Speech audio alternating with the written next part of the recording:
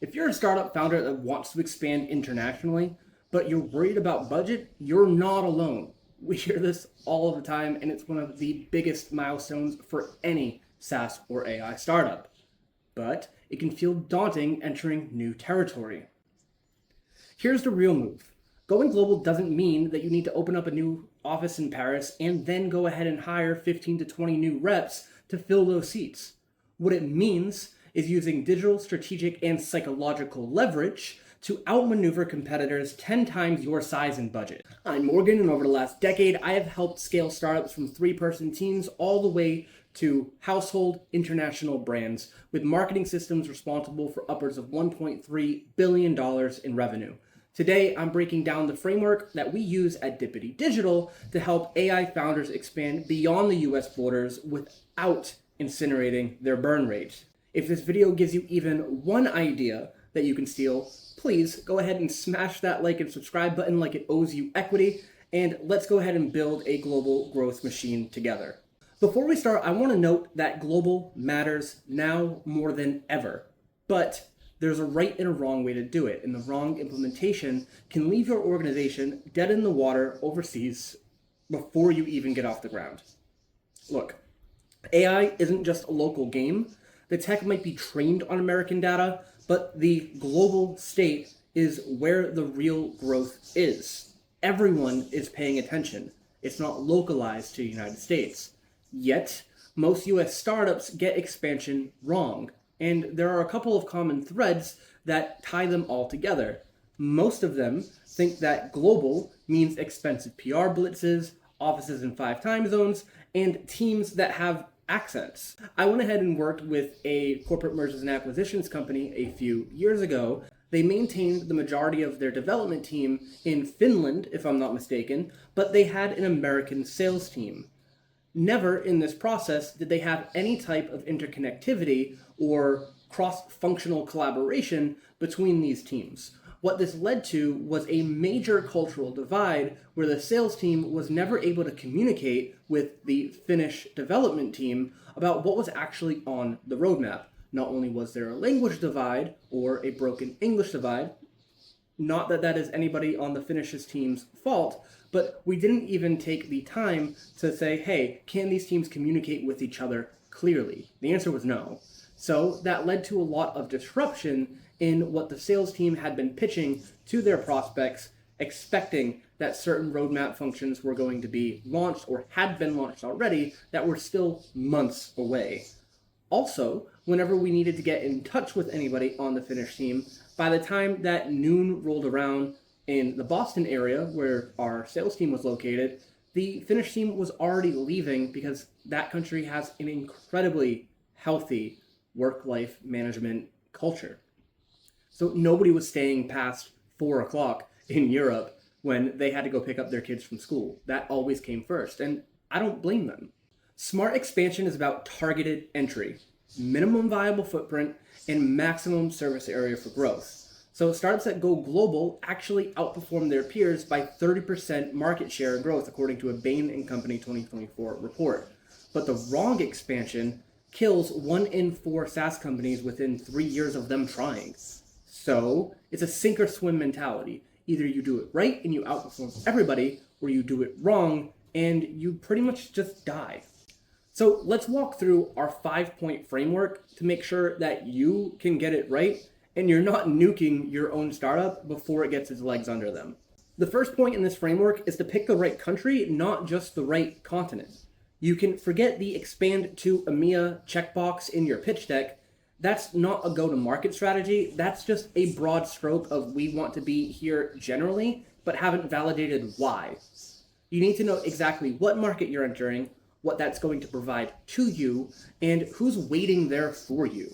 Look at real signals. So, is there search demand in this country for what you offer? You can figure this out by looking at your search console and just seeing where people are locating your website from. For instance, my site happens to get a lot of traffic from India and Germany, whereas one of my client sites gets a tremendous amount of traffic from Israel. Now, that might also be because that the leader is from that area, so there's some sort of cultural support, but that does indicate that we might have the ability to expand into that area and already have somewhat of a grassroots movement building just based on local credibility. Ask if competitors are already entrenched in the area, or is this a white space? Wherever possible, you're able to go from a red ocean, highly competitive market that you're jockeying for even a percentage of market share and transfer all of your skills, your tech, and your knowledge into a blue ocean environment where there's nothing but open seas in front of you. Why fight with the sharks when you can enjoy smooth sailing in a new market? And then ask yourself, what is the local cost of acquisition versus what it is in America, and what is the potential lifetime value of these customers? One of the founders in my network runs an AI medical imaging platform. They were debating between two options, Germany and Mexico. Now, Germany was always deemed as the smarter move amongst their advisors. Not only did they have a bigger market, but they also had a higher budgets. So everybody's eyes were ringing with dollar signs. Mexico, on the other hand, had fewer competitors, a faster procurement cycle, and a surge of government-backed AI in healthcare specifically.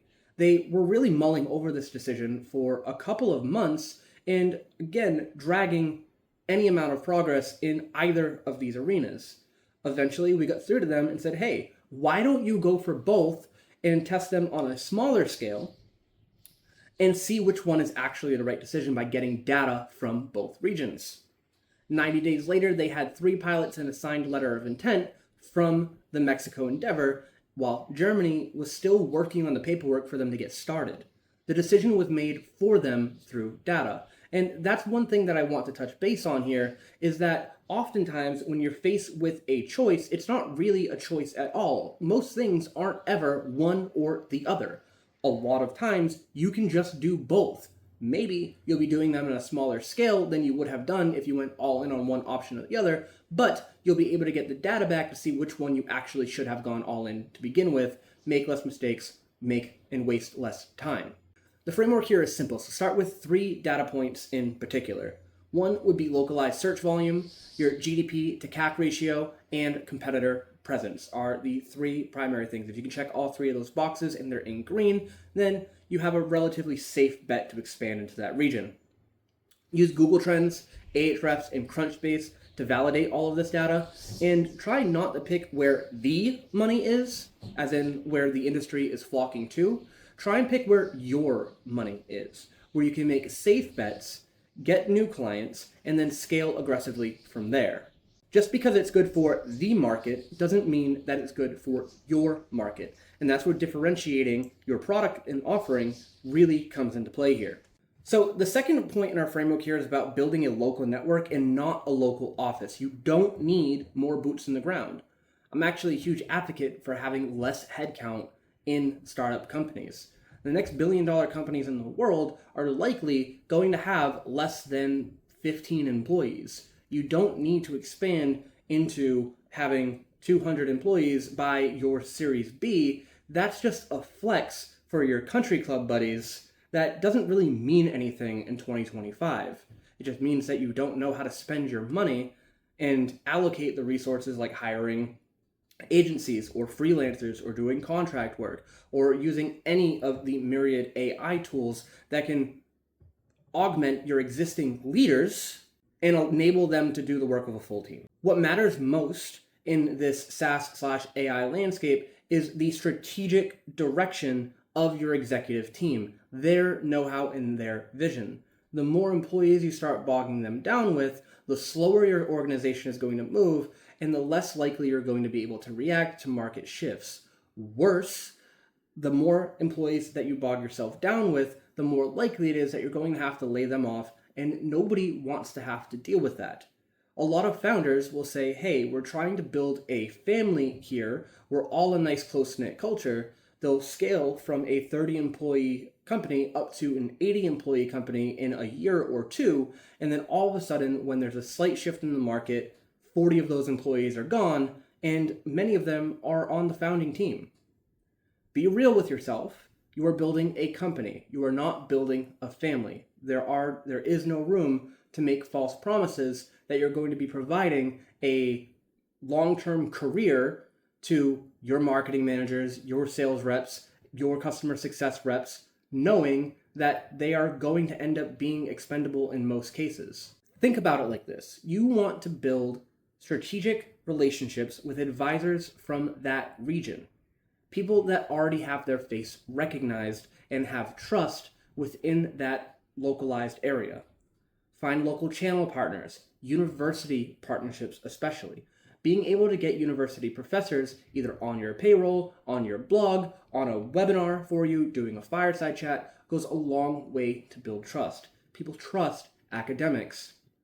And then use co-branded webinars along with your existing tools in that market to go ahead and share audiences and get other experts in here. So you can borrow their audience, they can borrow your platform, and mix and mingle. Again, growing together. Not everybody has to be in direct competition with you.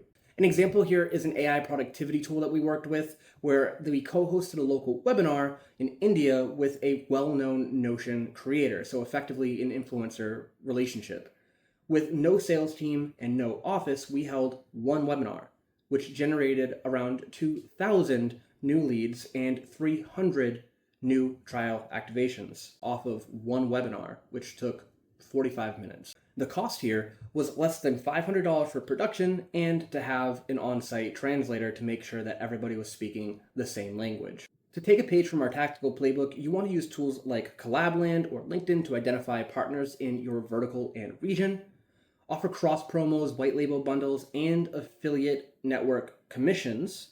I'm always a huge advocate of anything to do with affiliate payments or referral competitions or referral incentives to help grow community and incentivize your everyday user to make a little bit of money alongside you as well. While I hate the name here, look for host and parasite type setups. So this is when you borrow an audience and in return, that other company is able to borrow your product and credibility. We saw a really good example of this with the Nike and Skims collaboration, where Nike didn't really have any access to lifestyle athletic wear, influencer quality audiences, whereas Skims didn't have access to the larger scale audience and manufacturing. So they blended the two, and it was a smash hit. In new markets, trust is borrowed before it's earned. So strategic partnerships can be thought about like credit cards. Every single webinar you co-host, every channel partner you align with, and every endorsement from a respected local player swipes that card for you. It's faster and cheaper than trying to build brand equity from scratch. And just like a good credit line, the more wisely you use it, the more leverage you get out of it. Third on our framework here is that building a digital-first campaign means language first. Your website doesn't need to be in 12 languages to be successful here. But if you're targeting Brazil specifically and your product is only in English, you're likely toast. Localization beats translation. This means that you should have culturally adapted CTAs, local testimonials, currency support, and a localized SEO structure. A real-world statistic here from the CSA research in 2023 is that SaaS companies that localize core pages in their top 3 markets see a 200 to 400% higher conversion rate. I recently spoke with a founder who launched in Spain with a fully translated marketing campaign, but they forgot one thing. They had an English-only UI. The result was that they got 1,800 signups, but only 2 paying customers out of that, which was an abysmal conversion rate. When they localized the onboarding user experience, they saw a 22% bump to their conversion rate there, from free to paid. That's not just copywriting, that's cultural wiring, and people want to feel understood and not have to struggle through understanding what the platform is doing just based on raw inferences of, hey, we've seen a dashboard like this before, maybe we can figure it out. It's an unnecessary point of tension and friction. As a pro tip here, use AI tools like DeepL, Localize, and Weglot to do the vast majority of the heavy lifting for you. Then pay a native marketer from that area to review the UX and the CTAs before you go live. As our 4th pillar in the framework, know the rules before you land. You can't growth hack your way past regulators. They don't care about your business. They care about compliance. If you're touching user data at all, especially in the EU, Brazil, Australia, any of these countries, you need to know the local laws before your first sign up, or it may not even count. To cite a real life example that we witnessed last year, we watched an AI legal tech startup try to expand to Germany. They signed 50 clients, but then got banned from processing any of those accounts. Why? Because they stored all of their data on an AWS US server without any EU-based option. They ended up losing $1.2 million in potential ARR, 3 months of legal fees, and they had to rebuild the entire pipeline from scratch. This absolutely eroded trust in all of those clients, who pretty much realized that this company didn't have their shit together. So here's what to do instead so you don't fall into that trap. Use compliance as a service companies like Vanta or Drata, add data residency options in key regions, and have a legal advisor from your top 3 markets review your stack before you go live. It is better to be cautious here than it is to try and rush to market. That can cost you millions. To quote Bill Harrison from Compliance Bridge, you have to evaluate compliance not as an expense, but as a money saver. Sure, managing compliance takes resources, but it's nowhere near as expensive as the costs associated with a breach. And the costs go well beyond just financials. Again, it erodes trust in your market when you get things wrong, your site is constantly going down, or you break compliance and have to deal with a public legal battle. Our 5th and last pillar in this framework is to bootstrap global growth through strategic revenue. Always reminding you that not every dollar is a healthy dollar for your business. The biggest myth in startup land is that going global means that you're going to be burning cash. And that couldn't be more wrong, which is a blessing for your early stage startup. You don't need to raise a new round to scale internationally. What you need to do is monetize in market, stack government grants. That is especially true. Focus on that. Negotiate channel rev share deals and focus on one profitable expansion zone before the next. Master one area and then waterfall that new revenue into a new expansion. An example here of how you can do this successfully is, let's say that you're trying to expand into somewhere like Australia. You can land with a pilot and then get a local government grant to reduce your customer acquisition costs down to 0. Again, supported by that grant. Make, let's say, $30,000 to $40,000 in monthly recurring revenue based on a successful pilot, and then reinvest that money into a content push for the UK. This is what we call revenue-funded expansion, and it's like an aggressive land expand model that your sales team already executes on, just on an international level. The playbook here is pretty simple. So you want to research local tech accelerators, grant programs, start with things and resources like the Global Innovation Fund, EASME, and Pro Chile to start. Launch your freemium tier and then have gated content and paid services based on location or partner signup, and then use the first few thousand of international revenue to hire fractional go-to-market help to help you solidify in each region to really get your legs under you. One thing that helps tremendously is to build global content hubs. If your content only ranks in the US, then you're leaving global revenue on the table. Your stack should be to use Ahrefs to identify search gaps in other markets, build content hubs or subfolders, especially if you have forums on your page or on your knowledge base. So breaking it down into things like, Denmark, India, Australia, wherever you want to expand to, create subcategories or subdomains for those regions. Translate your top 10 performing blogs into the languages that are going to serve those regions best, even changing things like the dialect. People in Britain are going to speak a different kind of English than people in, let's say, Philadelphia. To talk about a dippity success here, we went ahead and added 7 localized landing pages for one of our clients, which led to a 600% increase in non-US traffic within 90 days.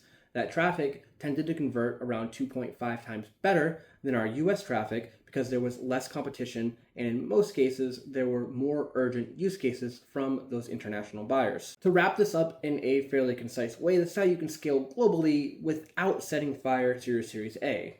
1. Target 1 to 2 countries using demand and CAC data. Remember, if it's going to be a relatively inexpensive expansion, you can do both Or if you know that it is going to cost you a reasonable amount, land on one, have a successful launch, and then snowball that new revenue into the new area. But again, I always recommend putting your hand in the cookie jar in multiple different areas, getting as much data as you can, and then expanding accordingly. 2, use partnerships to enter fast and not bog yourself down with additional headcount and offices. You don't need more operational bloat, you need more reach. And in a digital age, your office is effectively your website.